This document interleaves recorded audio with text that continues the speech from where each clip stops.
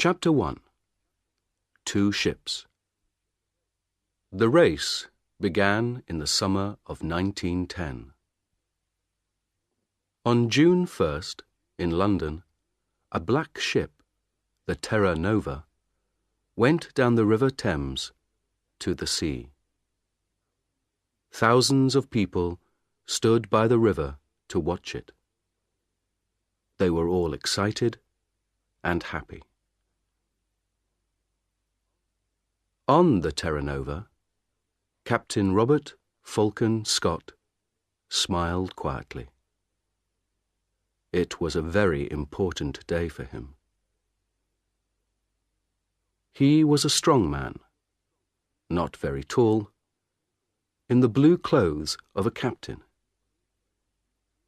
He was 41 years old, but he had a young face, like a boy.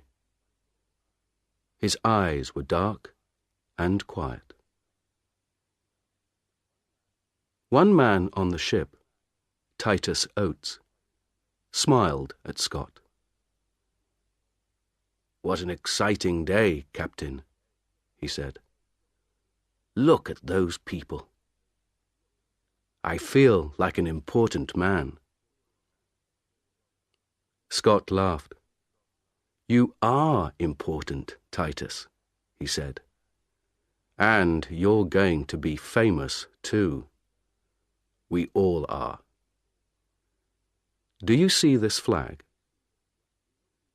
He looked at the big British flag at the back of the ship and smiled at Oates. "That flag is coming with us," he said. "In the Antarctic, I'm going to carry it under my clothes. We're going to be the first men at the South Pole, and that flag is going to be first, too." 5 days later, on June 6th, a man opened the door of his wooden house in Norway. He was a tall man with a long face. He waited outside the house for a minute. Everything was very quiet. He could see no houses, only mountains, trees, and water. It was nearly dark. The sky was black over the mountains.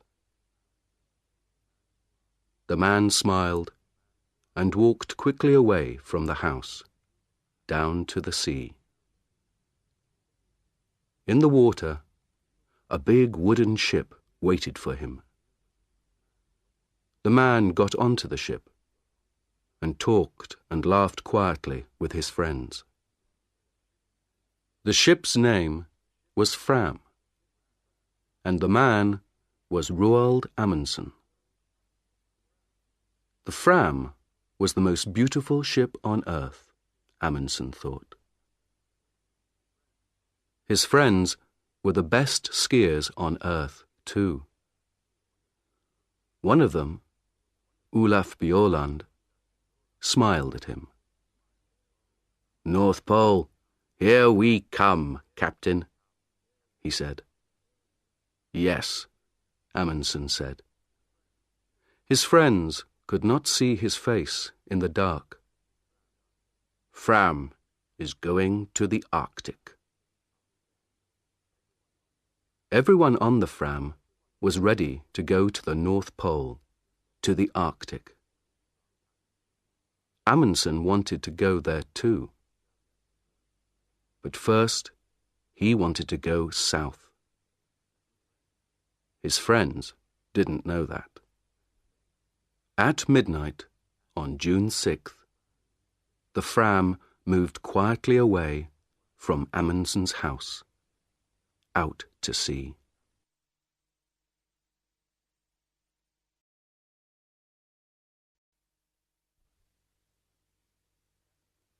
Chapter 2. The Race. The Fram went to an island in the south of Norway. It was a very little island with only one small wooden house, 2 trees, and nearly 100 dogs. "Look at that," Bjaaland said. "It's an island of dogs.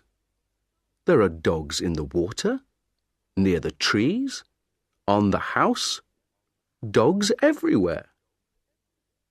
2 men came out of the house. "Hassel!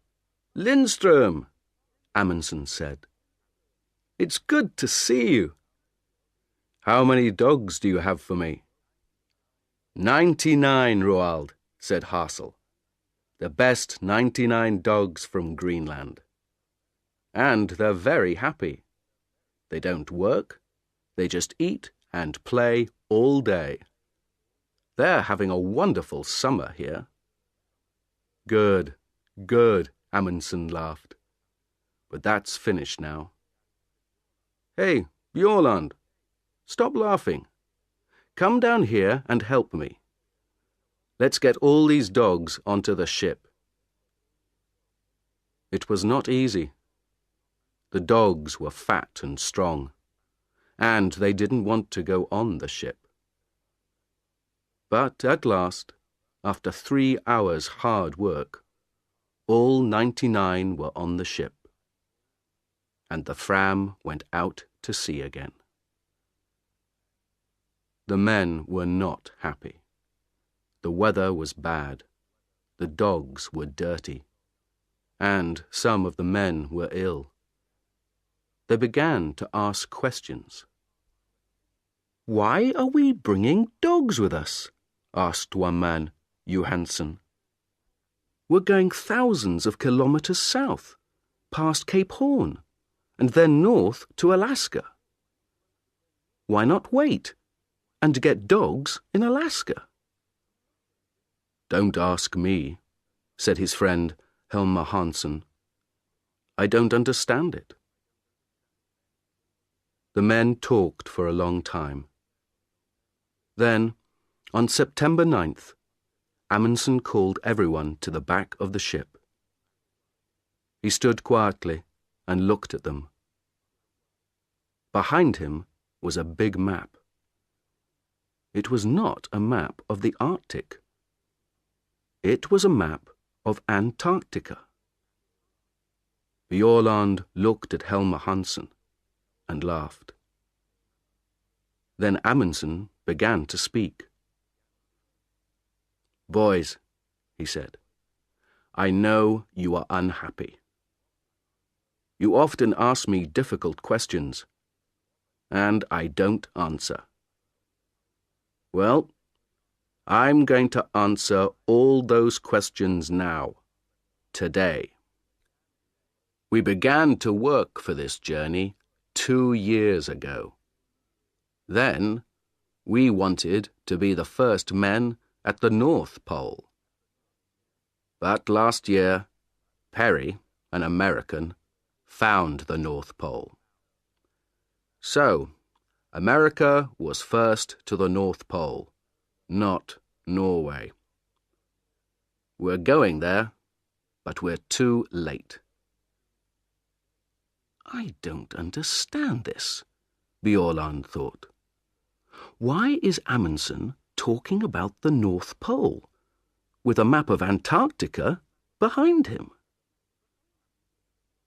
Amundsen stopped for a minute, and looked at all the men slowly. No one said anything. "We have to go a long way south before we get to Alaska," he said. "Very near Antarctica, you know. And Captain Scott, the Englishman, is going to the South Pole this year. He wants to put his British flag there. An American flag at the North Pole, a British flag at the South Pole." Bjaaland began to understand. He started to smile and couldn't stop. He was warm and excited. "Well, boys," Amundsen said slowly. Do we want the British to put their flag at the South Pole first? How fast can we travel? We have a lot of dogs, and some of the most wonderful skiers on earth. Bjorland here is the best in Norway. So, I have an idea, boys. Let's go to the South Pole and put the Norwegian flag there before the British. What do you say? For a minute or two, it was very quiet. Amundsen waited, and the men watched him and thought. Then Bjorland laughed. Yes, he said. Why not? It's a ski race, isn't it? And the English can't ski. It's a wonderful idea. Of course. Let's go.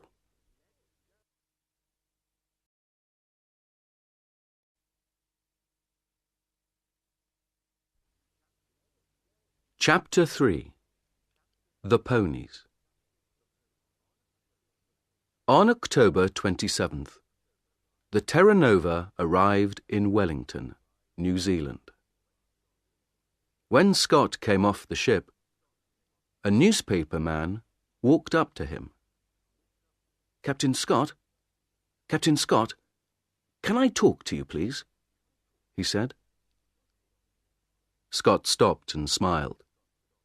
Yes, of course, he said. What do you want to know? Are you going to win? The man asked. Win? Scott asked. Win what? Win the race to the South Pole, of course, the newspaper man said. It's a race between you and Amundsen now. Look at this. He gave a newspaper to Scott. Scott looked at it. It said, Fram races Scott to South Pole. We're going to win, says Amundsen. Scott's face went white. Give me that, he said. He took the newspaper and read it carefully. The newspaper man watched him and waited. Well, Captain Scott, he said at last, who's going to win this race? Tell me that. Scott looked at him angrily. This is stupid, he said. It's not a race. I came here to learn about the Antarctic. I'm not interested in Amundsen or in races. Then he walked back onto his ship, with the newspaper in his hand. Later that day, he talked to his men. He gave them the newspaper and laughed. It doesn't matter, he said. We're in front of Amundsen. And we have more men and more money. He has only 8 men and a lot of dogs. I know about dogs. They don't work in the Antarctic. We have 16 men and the new motor sledges. They are much better. And tomorrow the ponies are coming. We need ponies, motor sledges, and good, strong British men. That's all. Forget about Amundsen. He's not important. Scott asked Oates to look after the ponies, but he did not let Oates buy them. When Oates first saw the ponies in New Zealand, he was very unhappy. Most of the ponies were old, and some of them were ill. They're beautiful ponies, Titus, Scott said. They come from China. They're wonderful ponies." Oates looked at them angrily and said nothing. Then he asked, "Where is their food, Captain?" "Here." Scott opened a door. Oates looked inside. He thought for a minute. "We need more food than this, Captain Scott. These ponies are going to work in the coldest place on earth. They need a lot of food. More than this." Scott smiled quietly. "We can't take more food on this ship, Titus. Where can we put it?" "But it doesn't matter, old boy. They're very strong ponies, you know. The best ponies on earth." Later that night, Oates wrote a letter to his mother. "There are 19 ponies on the Terra Nova now," he wrote. "All the ponies are in a small room at the front of the ship. We eat our food in the room under the ponies, so our table is often wet and dirty. Scott makes a lot of mistakes, I think. And Antarctica is a very dangerous place."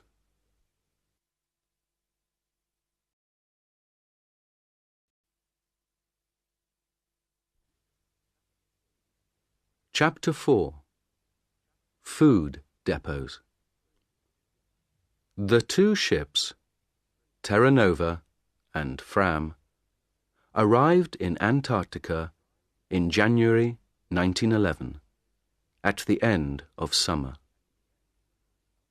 The Englishmen and the Norwegians wanted to stay on the ice all winter. They wanted to be ready to go to the South Pole at the beginning of the next Antarctic summer. The dogs pulled the Norwegians' sledges. They ran quickly over the snow and pulled the big sledges from the ship onto the ice. The men ran beside them on skis. They put a big wooden house on the ice. The house was full of food and skis and sledges. They called it Framheim. Outside the house, the dogs lived in holes under the snow. When the house was ready, the men made their first journey south. Before the winter, they wanted to take a lot of food south and leave it in depots. For the long journey to the pole, they needed a lot of food, and they couldn't carry it all with them. On February 10th, 5 men, 3 sledges, 18 dogs, and half a ton of food left Framheim and went south. It was easy. The weather was warm for the Antarctic, between -7 degrees centigrade and -17 degrees centigrade. The snow was good, and the dogs and skis went fast. They went 50 or 60 kilometers every day. After 4 days, they reached 80 degrees south and made the first depot. Amundsen made his depot very carefully. It was very important to find it again next summer. So he put a big black flag on top. Then he put 10 flags to the east of the depot, each flag half a kilometer from the next. and 10 flags to the west. So, there were flags for 5 kilometers to the left of the depot and 5 kilometers to the right. Then they went back to Framheim and took some more food south, this time to 82 degrees south. This time it was harder. The temperature was sometimes minus 40 degrees centigrade, and there were strong winds with a lot of snow. The dogs and men were very tired, and the tents and boots were bad. At the second depot, they put out 60 flags to help them find it again. They came back to Framheim on March 23rd. It was nearly winter in the Antarctic. Their ship, Fram, was far away now, near South America. They were alone on the ice. Oates went with Scott to make the first British depot. They left Cape Evans on January 25th. There were 13 men, 8 ponies, and 26 dogs. The dogs were faster than the ponies. They ran quickly over the top of the snow, but the ponies' feet went through it. Every morning, the ponies started first, and the dogs started 2 hours later, because they ran faster. At night, the dogs made warm holes under the snow, but the ponies stood on top of the snow. It was minus 20 degrees centigrade. After 15 days, Oates talked to Scott. There was a strong wind, and the 2 men's faces were white with snow. 3 of the ponies are ill, Captain, Oates said. They can't go on. Don't be stupid, Oates, Scott answered. They're good, strong animals. The best ponies on earth. Not these 3, Oates said. They're ill and unhappy, and now they can't walk. Let's kill them and leave the meat here in the snow. We can eat it, or the dogs can. Of course not, Scott said angrily. These ponies are our friends. They work hard for us. I don't kill my friends. 3 days later, 2 of the ponies were dead. Scott's men were slower than Amundsen's. It took them 24 days to get to 80 degrees south. They made a big depot there and put 1 large black flag on top of it. Then they went back to Cape Evans. Their camp was on an island in the ice, and the sea ice moved sometimes. There were holes in the ice and black seawater under it. One day, 7 ponies went through the ice into the sea and died. 1 motor sledge also went into the sea.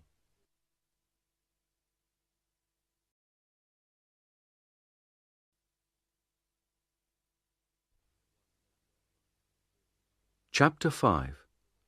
A long, cold winter. It was dark for 4 months. Outside the wooden house at Framheim, it was often minus 60 degrees centigrade. The dogs lived in warm holes under the snow. The men stayed in the house and worked in their rooms under the snow. The skis and sledges came from the best shops in Norway, but Bjaaland wasn't happy with them.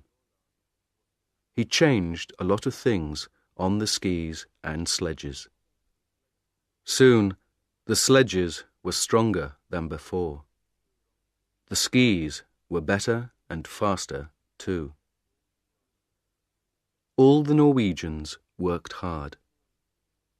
They looked after their dogs and worked on their equipment, the sledges, skis, tents. Every day they thought about their journey to the pole and talked about it. And every day Amundsen thought about Scott. One day, in midwinter, he talked to his men. "Let's start early, before Scott," Amundsen said. "Remember, Scott has more men than us, and he has motor sledges too. Perhaps they can go faster than us." Bjaaland laughed. "Oh no, they can't go faster than me," he said. "On snow, nothing can go faster than a good man on skis." "We don't know," Amundsen said.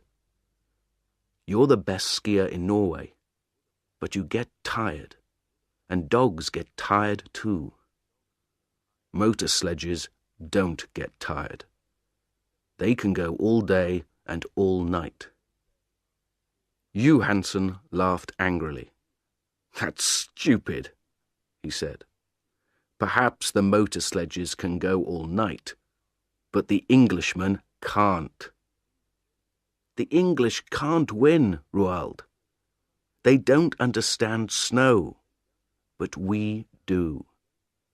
And they're too slow." "Perhaps," Amundsen said, "but I want to win this race. So we're going to start early. Do you understand?" It was quiet and warm inside Framheim.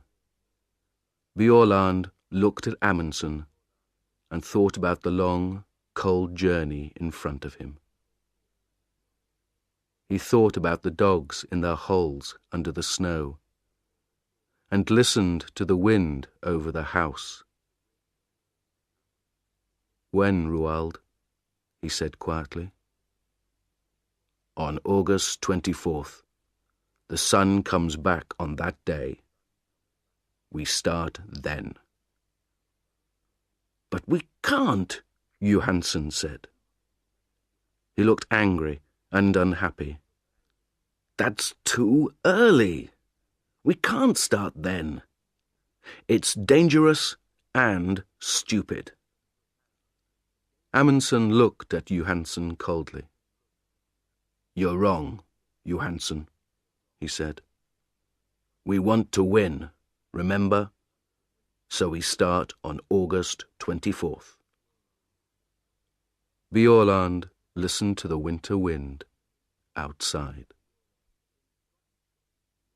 In Scott's camp at Cape Evans, no one talked about Amundsen, and no one worked hard. They had good food, and they played football on the snow. They wrote a newspaper, the South Polar Times, and read books.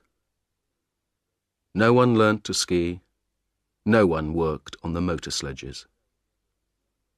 Twice, men went for long journeys across the snow. They walked and pulled the sledges themselves. Oates stayed at Cape Evans and looked after his ponies. Over the window in Cape Evans, Scott put a map of Antarctica. With a pen, he made a line from Cape Evans to the South Pole, and he put a little British flag at the pole. Under the map, Scott wrote the day for the start of their journey. "We start on November 3rd, he wrote.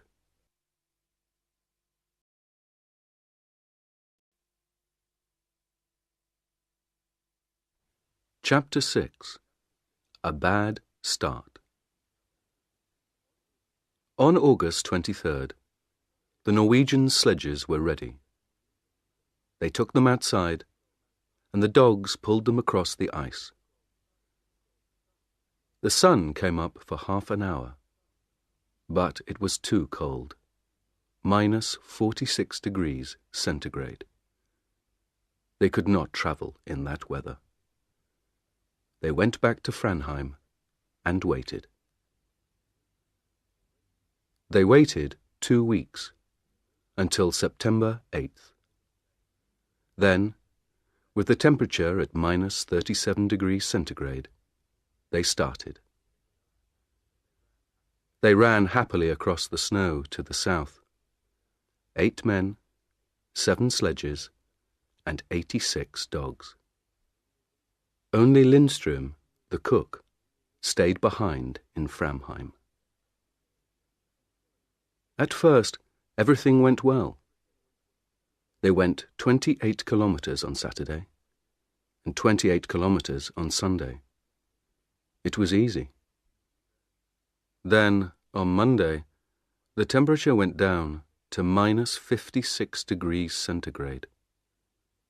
There was white fog in front of their faces. They couldn't see anything. But they travelled 28 kilometers.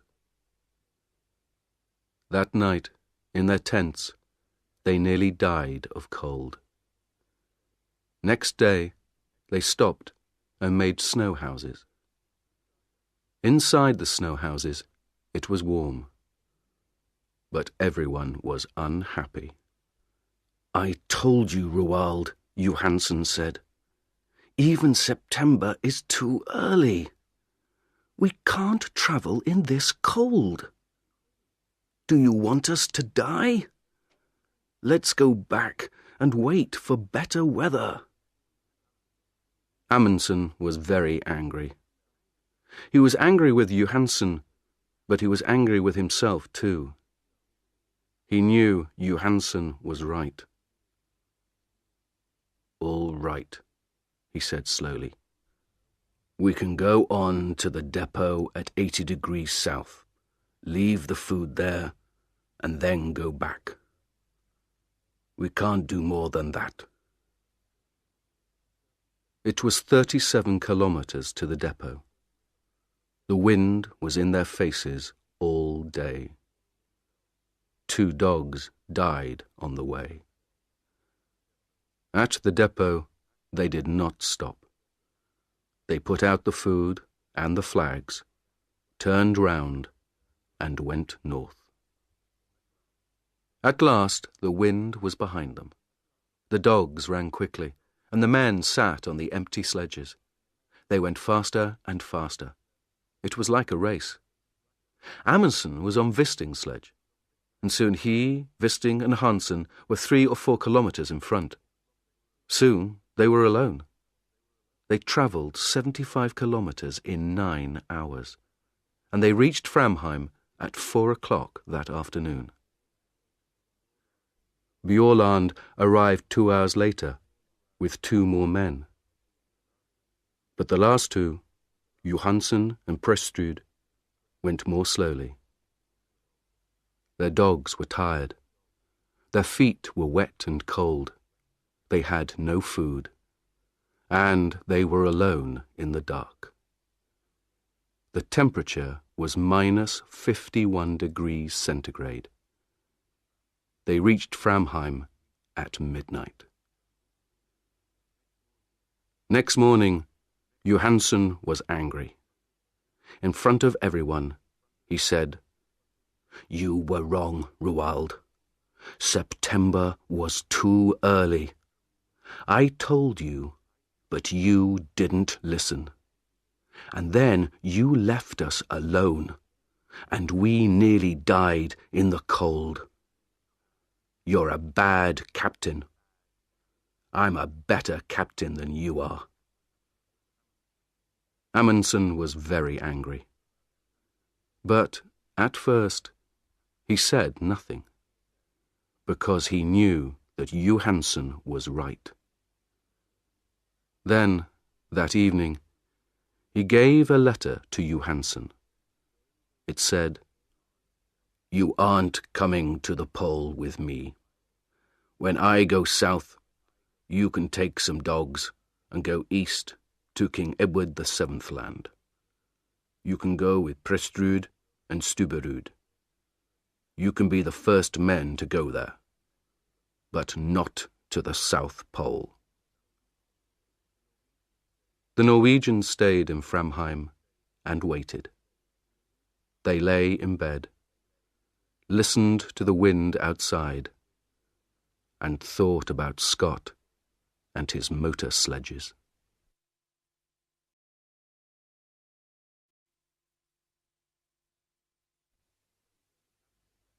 Chapter 7. Motor Sledges and Mountains.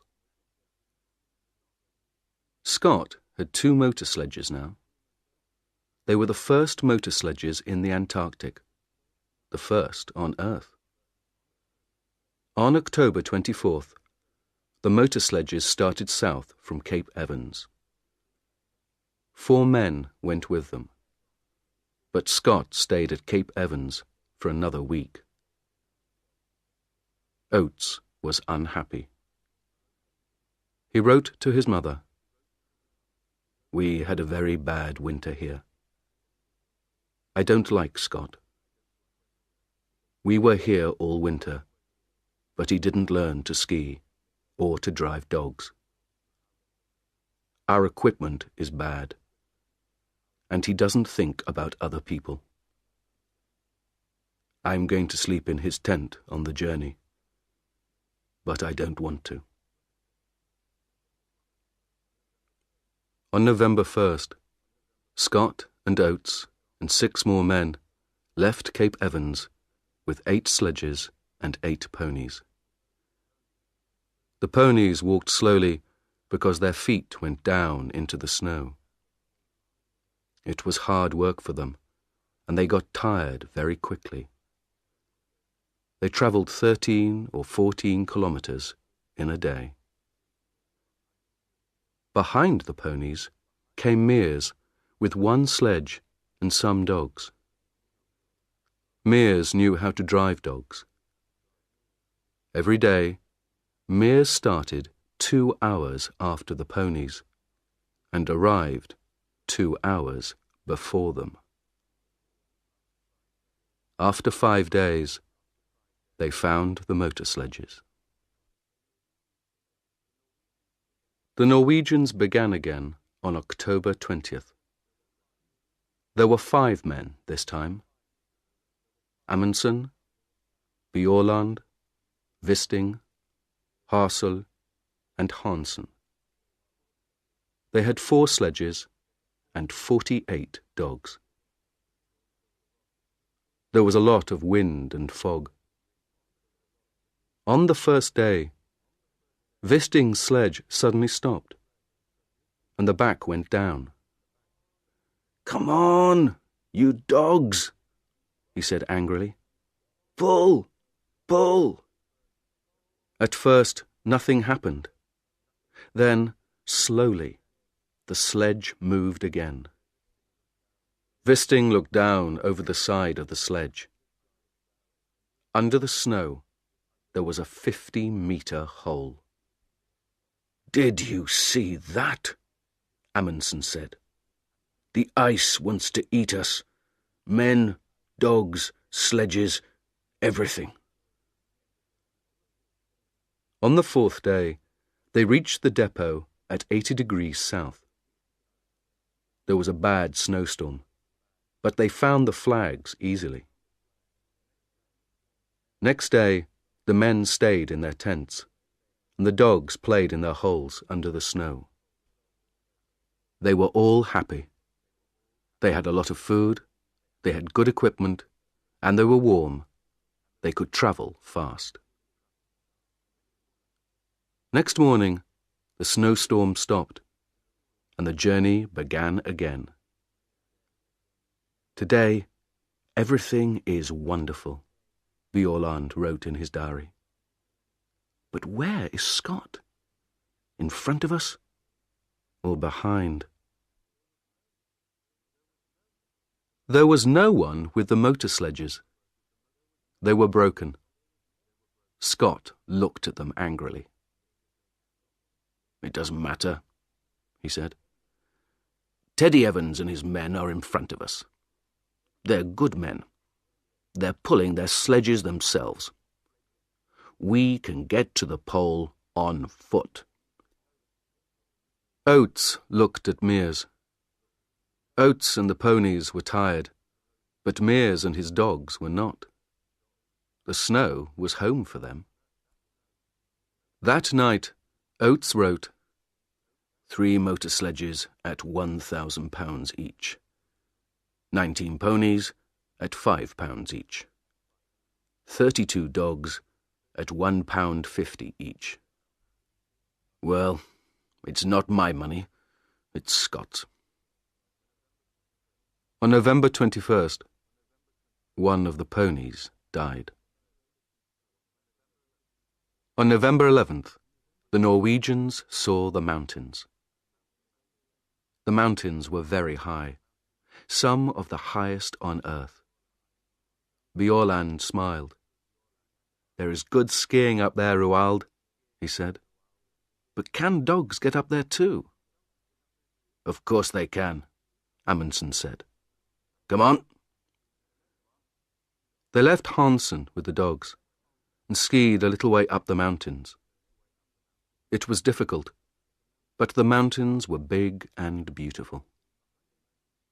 Behind the mountains, Amundsen thought there was a high plateau of ice. "That's it," Amundsen said. "That's the road to the pole. Tomorrow we can bring the dogs and sledges up here. But now, let's have a ski race. Who can get back to camp first?" They laughed and skied happily down the white snow. "This is like home," Bjaaland thought. "But it's bigger than Norway, and better." In the next 4 days, the dogs pulled the sledges 81 kilometers and went up 3,000 meters. At last, Amundsen and Bjaaland stood on the plateau behind the mountains. They were tired, happy men. Bjaaland looked back at the mountains. "Can a motor sledge get up here?" he asked. Amundsen smiled. "No," he said. "I don't think so. And Scott doesn't like dogs. So his men are going to pull their sledges up these mountains themselves. Would you like to do that, Olaf?" Bjaaland didn't answer. He smiled and skied happily away across the snow.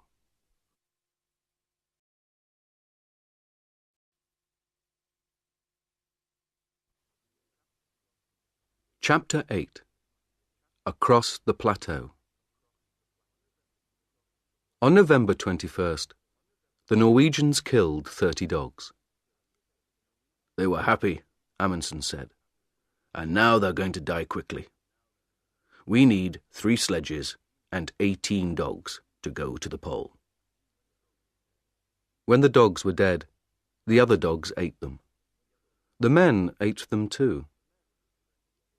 They were good friends, Bjaaland wrote in his diary. And now they are good food. 2 days later, the dogs were fat. Then, in a snowstorm, they began their journey again. After the snowstorm, there was fog, and in the fog, they got lost on an ice river with hundreds of big holes in it. They could see nothing, and it was very dangerous. In 4 days, they moved 9 kilometers. "But the ice is beautiful," Bjaaland wrote. "Blue and green and white. This is a wonderful place. but I don't want to stay a long time. After the ice, there were strong winds and bad snowstorms. They could see nothing in front of them. But every day they travelled 25 or 30 kilometres. Then, on December 9th, the sun came out. They were at 88 degrees, 23 minutes south, 175 kilometres from the pole. 5 more long days, Bjaaland wrote. That's all now. But where is Scott? For 4 days, Scott's men stayed in their tents near the mountains. There is a bad snowstorm outside, Oates wrote. It's too cold for the ponies, and our clothes and skis are bad too. On December 9th, Oates killed the ponies. They were tired and ill, and they could not walk up to the plateau. Then Mears and his dogs went back to Cape Evans. We can pull the sledges ourselves, Scott said. We can do it. We're all strong men. There were 2 sledges and 8 men. They went 24 kilometres a day. On December 31st, Scott said to Teddy Evans and the men on the second sledge, You can't ski well. Leave your skis here. So they pulled their sledge 24 kilometres without skis. Next day, Scott went to Teddy Evans's tent. You're ill, Teddy, he said. You can't come to the pole. Take 2 men and go back. Tomorrow. Teddy Evans was very unhappy. 2 men, Captain, he said. Why not 3? Because Bowers is going to come with me, Scott said. He's strong. We need him. But you have food on your sledge for 4 men, not 5, Evans said. And Bowers has no skis. I'm the captain, Teddy, Scott said. You do what I say. Take 2 men and leave Bowers with me. Oates wrote to his mother, I'm going to the pole with Scott. I am pleased and I feel strong. But in his diary he wrote, My feet are very bad. They are always wet now, and they don't look good. On January 4th, Scott's men left Teddy Evans and went on. Scott, Oates, Wilson and Edgar Evans had skis, but Bowers did not. They were 270 kilometres from the pole. December 14th, 1911, was a warm, sunny day. 5 Norwegians skied over the beautiful white snow. It was very quiet. No one spoke. They were excited and happy.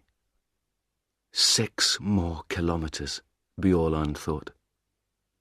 Is there a British flag? I can't see a flag, but... Look, Hassel said. What's that over there? Bjaaland left his sledge and skied quickly away over the snow. What is it? He thought. Is it? No. It's nothing, he called. There's nothing there. Nothing. 3 kilometres.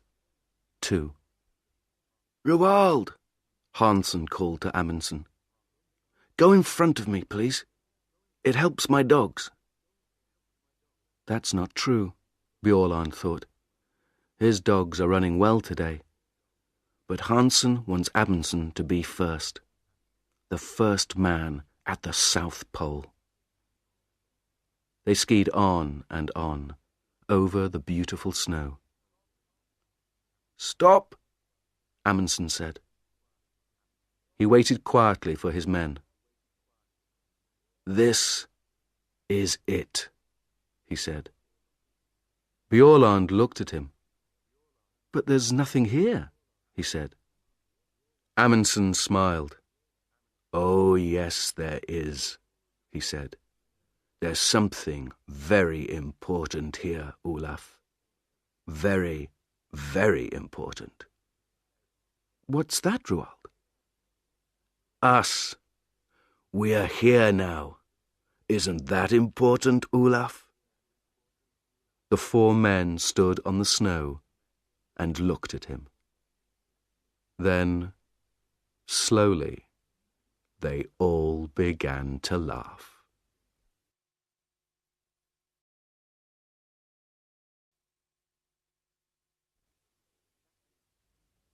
Chapter 9. The End of the Race. The Norwegians stayed 2 days at the pole. They left a tent there, with a Norwegian flag on it. Inside the tent, they left some food, a letter for the King of Norway, and a letter for Scott.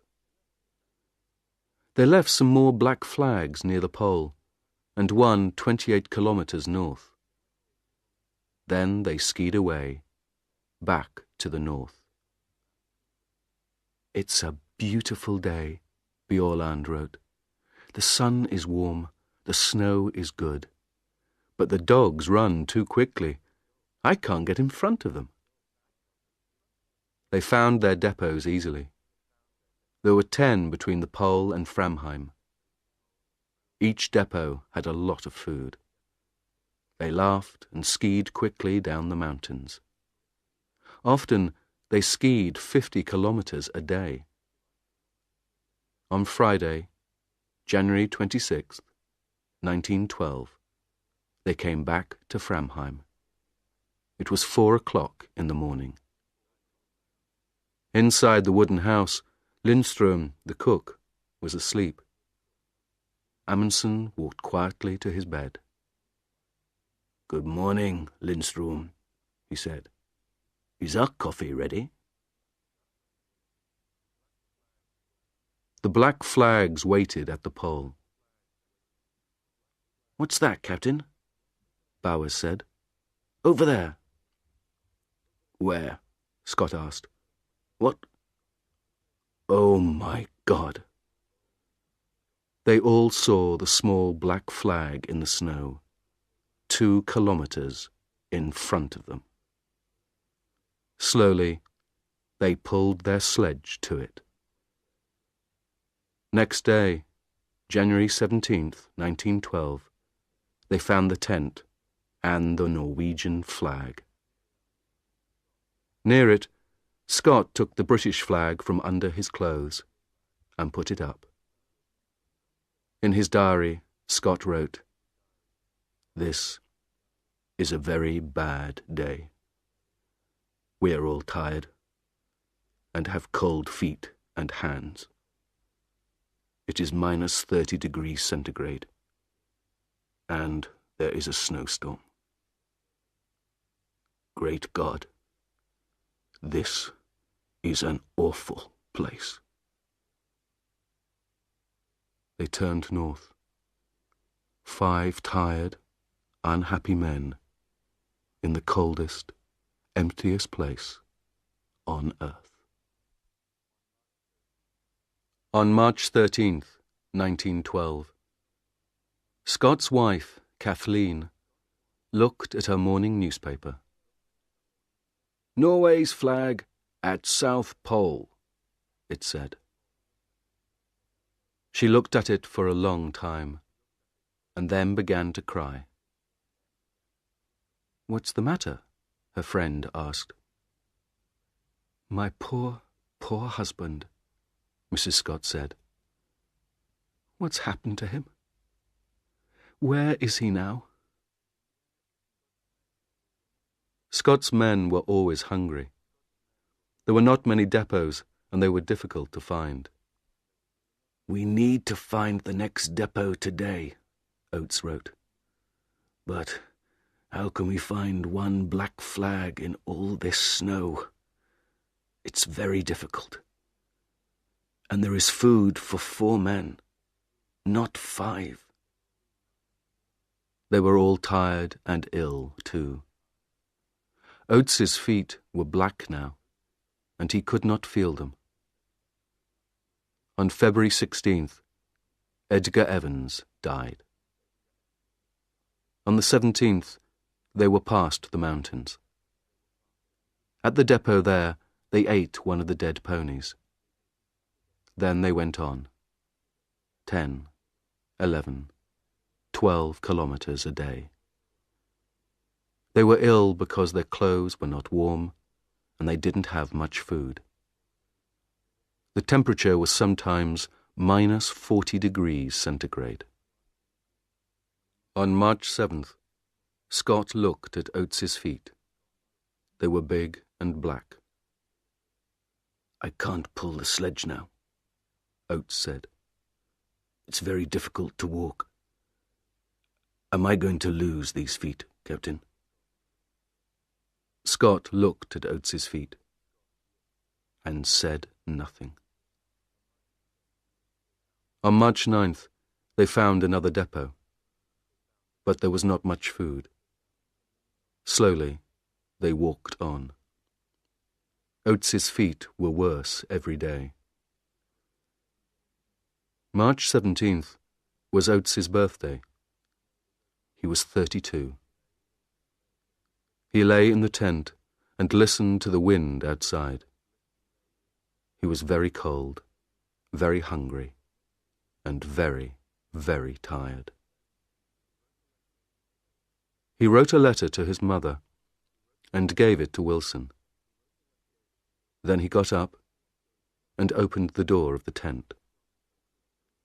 He stopped in the door for a minute. Scott, Wilson, and Bowers looked at him. They didn't speak. "I'm going outside for a minute," Oates said. "I may be some time." They didn't see him again. At Cape Evans, the Englishmen waited. On December 11th, Mears and the dogs came back. On January 3rd, Teddy Evans and his 2 men arrived at Cape Evans. The Terra Nova came and went. Winter began. Scott did not come. The Englishmen waited all winter at Cape Evans. Then, on October 26th, 1912, they started for the south. 2 weeks later, they found a tent.